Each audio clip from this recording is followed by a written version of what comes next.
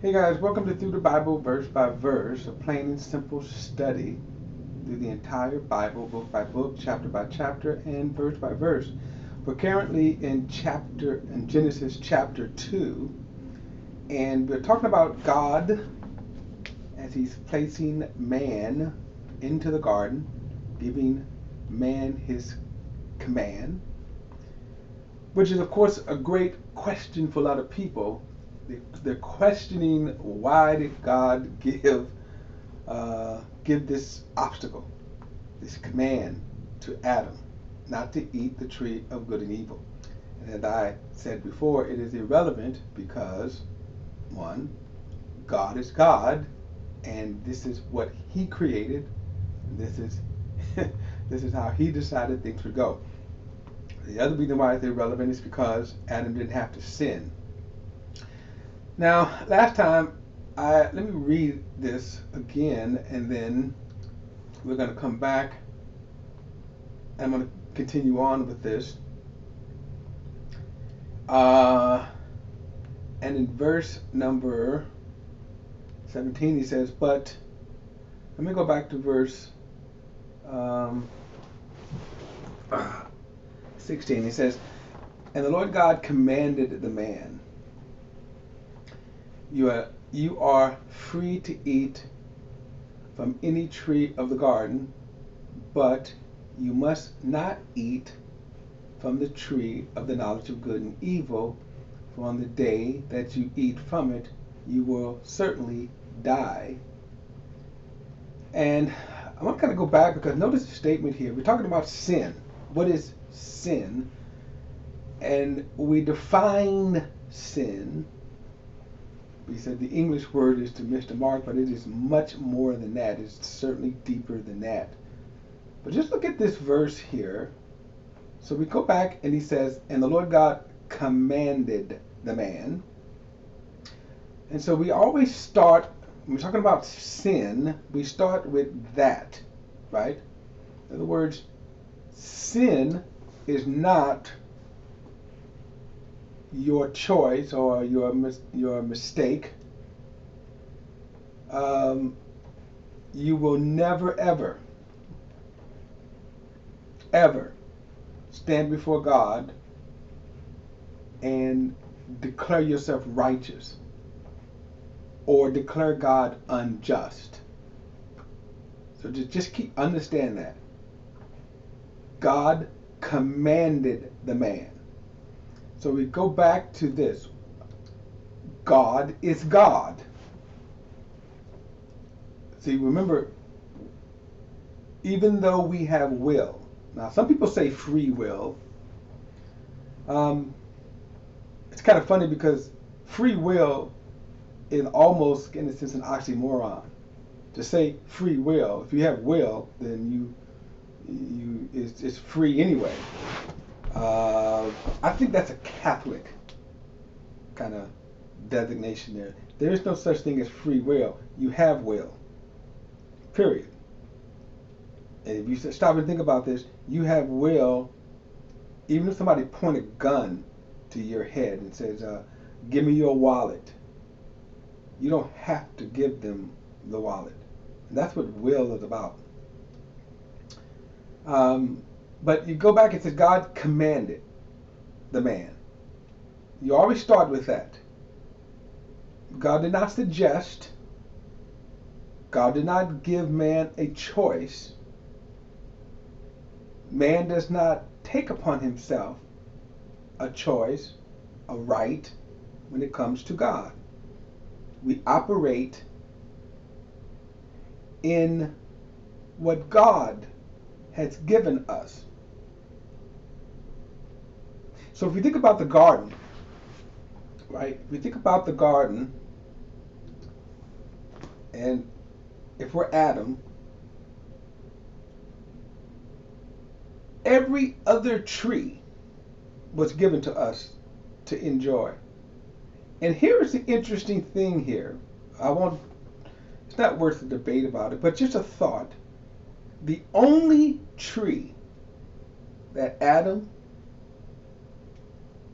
was forbidden, was commanded not to eat was the tree of good and evil. The tree of life, there's nothing to say he couldn't have eaten from that. It's only one tree. And, but this is the sovereignty of God. This is what God had given man, right? An entire garden with trees. Adam could have went beyond the garden and ate other trees. He only was forbidden to eat to eat from one tree. The tree of good and evil. But let's go back, because even though Adam had will, God created Adam with will. That's why he commanded him. If you notice, God is not commanding the buffalo, right? He's not commanding the coyotes, but he is commanding the man. Why? Because remember, Adam was created in God's image. Adam was created like God, in that he can think like God, feel like God, had emotions like God. He also had a will. But he wasn't God. And even though God created him like him, God still limited man to what? His creation. He limited man to his creation. Man wasn't even equal in the sense to the Trinity, the Godhead. Jesus is never commanded by God to do anything or not to do anything. There is no, in terms of the relationship within the Godhead, right?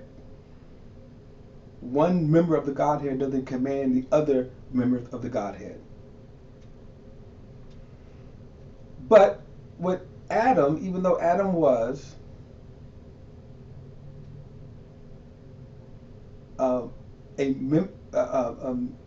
created in God's likeness, he was still subject to God. God is the creator. God is God. And thus all of his creation is subject to him. All of God's creation is subject to him. And thus he tells Adam, this is what I command. And thus all sin is violating God's command. All sin. And as we said, let's read this again, because right here he tells us, and the Lord God commanded the man, you are free to eat from any tree of the garden, but you must not eat from the tree of the knowledge of good and evil. So all command from God, to sin is to violate God's command. You don't get to say, well, Lord, I don't get what you're doing right here. I don't understand this command. I don't understand this. It's irrelevant.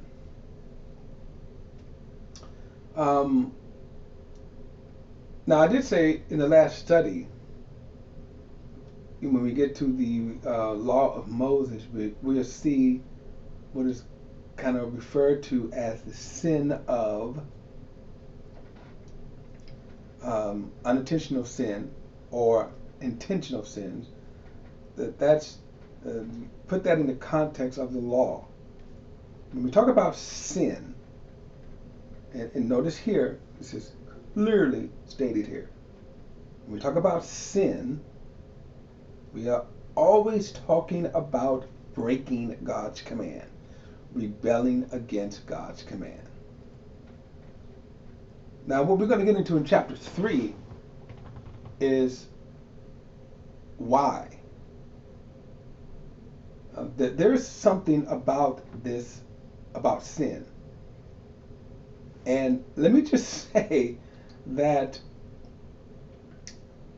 what we're going to see throughout the entire Bible, which really is the entire, think about this, the Bible spans the entire scope, the entire existence of man as he is ruling on the earth. And what is going to be the most, to me, baffling questions about man is this sin nature here, that man will rebel against God at every cost.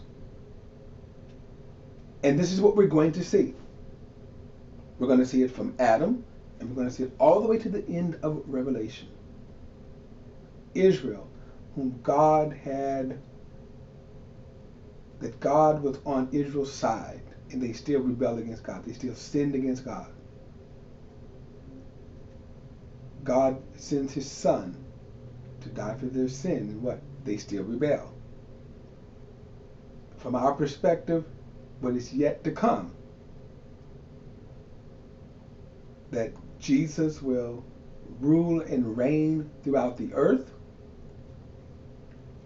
as it is told in the book of Revelation chapter 20. After living with Jesus for 1,000 years, living with Jesus for 1,000 years, man will sin against God yet once more.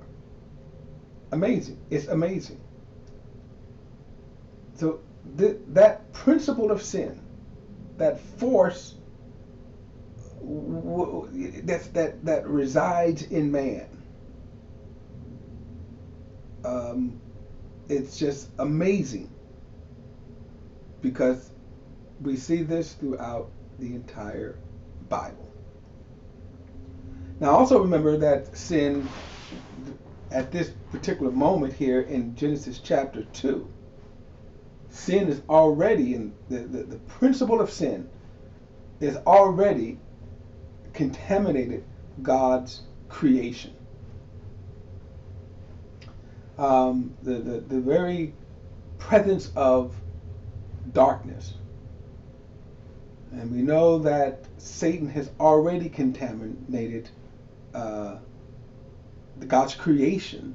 In other words, he is the one who introduced sin. And we know that Satan, who is at the time Lucifer, and Lucifer is the highest created angel, or you can say angel. Technically, he's really not an angel. He was really was a seraphim, but he was the highest order of these heavenly creatures, right? I'd say angel because angels really, in a sense, is the kind of lowest order. We think of angels because they are greater than man in terms of brilliance, of strength. Basically, angels are just messengers. But when you get into like seraphims and cherubims, I think Satan was the highest cherubim. There is the archangels, and then there is the warring archangels, Michael, the warring archangels. And so these are even higher created beings. Okay. Now Lucifer was the highest of all of those created beings. He was the highest. He was the wisest. He was the most talented. He had a voice. He could sing music. He was also wise, but he was also adorned with beauty. But he sinned. He sought to overthrow the throne of God, to overthrow God himself. And he, of course, led the rebellion of angels, a third of the angels against God. And to this present day, this is what we see as far as sin, the angels, what's called the angels of the dark angels, okay, who have sinned against God, who are even now enemies of God. Okay. One other thing about demons, by the way, we don't know exactly where demons come from. There are what's called demonic, but demons and angels in scriptures appear to be two different classes of beings right here. So we don't know exactly what demons are. I'll get more on demons later. When we get to chapter 6, I'll spend a little time on demons themselves. There's an interesting kind of story about demons. So we don't know what they are, but certainly there are demonic beings. But angels, these fallen angels that rebel against Satan. So if you think about however the number of angels are, and also keep this in mind, people, that there was only a third of the angels. So the majority of angels did not rebel against God. I say that is only because when you look at certain television shows or movies, they always seem like Satan is more powerful than God. And he's not. As I said, Satan is only playing God's part. So my point of saying this is that sin itself originated with Satan. This is where it started from, that Satan sought to be like God, sought to rebel against God. And I'll mention this again in the next chapter because, interesting enough, this is one of the things that Satan is going to use. One of the things Satan is going to use is, you're going to be like God, okay? But anyway, so the idea of sin, this principle of sin that works inside man, it's, this force, you could say, that drives men, that drives beings to rebel against God is unbelievable. And we will see this throughout the Bible.